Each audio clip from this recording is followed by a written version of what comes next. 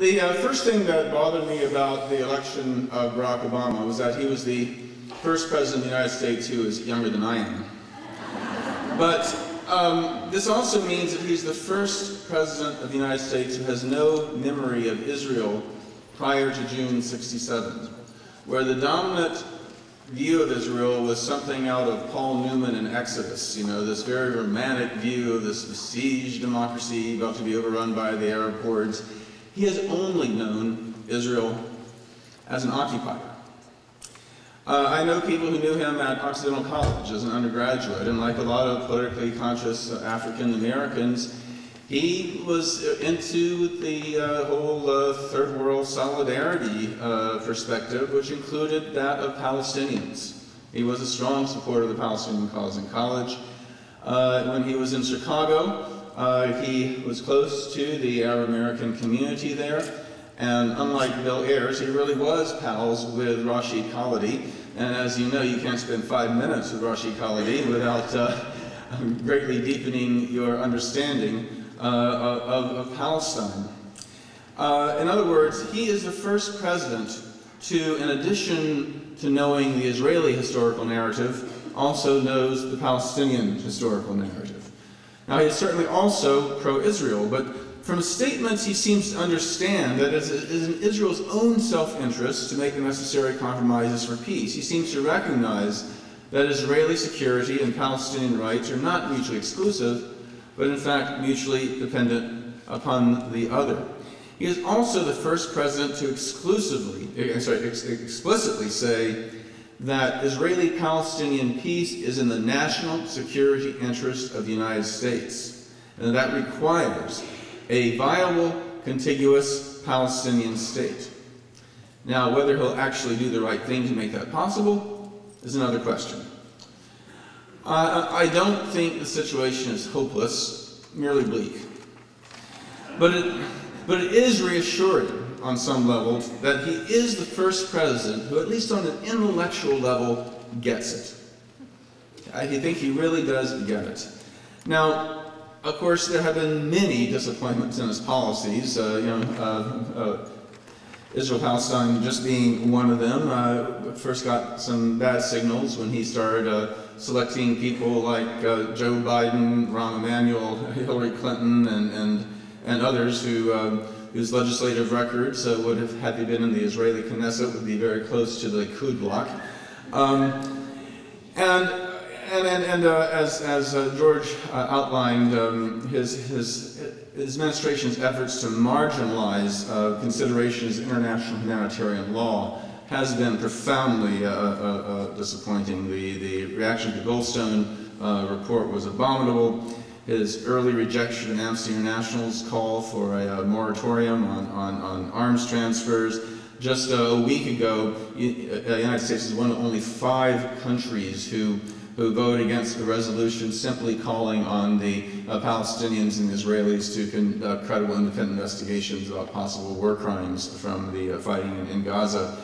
And I also couldn't help but grimace when the industrial plant he decided to visit at the start of his presidency shows concern about the recession was Caterpillar, the subject of an international human rights boycott.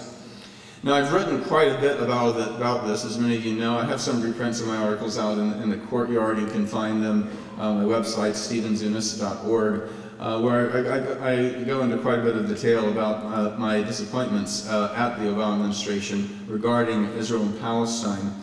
But I do want to look at some of the glimmers of hope, though. And it doesn't come as much from the Obama administration as I think as it comes from public opinion. There has been a notable shift, and a gradual shift in opinion over the years, but a pretty marked one since Gaza. I mean, I think that really woke up a lot of people. In fact, among Democrats and left-leaning independents, you find that their views of Israel and Palestine are much closer to those of us in this room than they are to elected Democrats in Congress. Among American Jews under 30, the majority either don't care particularly about Israel one way or the other, or if they do, they're solidly in the peace camp. In fact, young people in general I mean, I've been teaching for like 25 years, and when I used to be at the start, I assume, you know, most of my students were, you know, who had any opinion at all would tend to be, you know, strongly in the traditional pro-Israel line.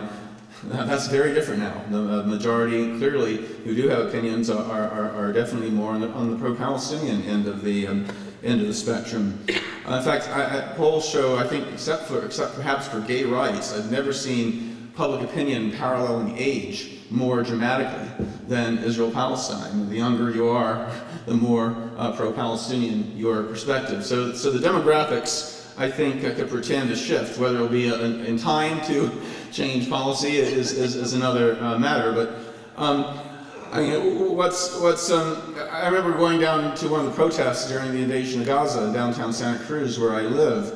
And in addition to the usual suspects, you know, people waving Palestinian flags and waving keffiyehs, what struck me was not just the size of it, but it was Quaker ladies, it was area clergy, it was the longtime peaceniks.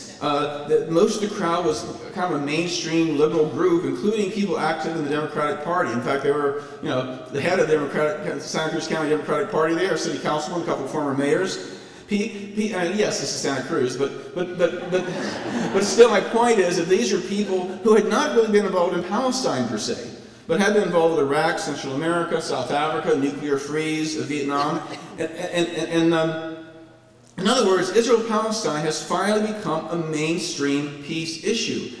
So far, I just arrived this morning. I was lecturing at Idaho State yesterday, but already I've seen at least a half dozen people here that I'd known for years from various progressive causes, but had never seen at Sabeel before, never seen at any Israel-Palestine event before, didn't know had a particular interest in Israel-Palestine before, but are here because they realize how important this issue is. And the fact this place is packed, it was full. We could have had twice as many people if we had the space. That says something. I think that says something very exciting and very hopeful.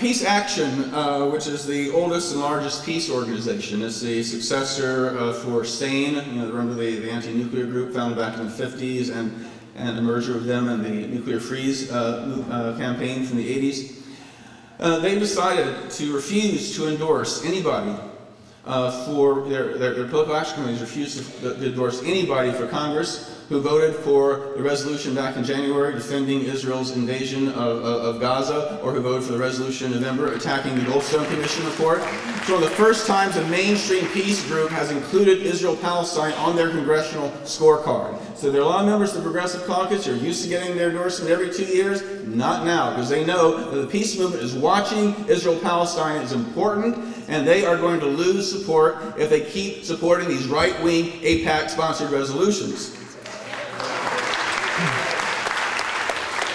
And what's critical is I think we need to push Move On and other groups to follow suit. And I have told Move On and other groups that don't expect a penny from me if they're going to go around endorsing those who defend the massacre of innocent people and attack reputable defenders of international humanitarian law. You are not progressive if you support those kind of policies.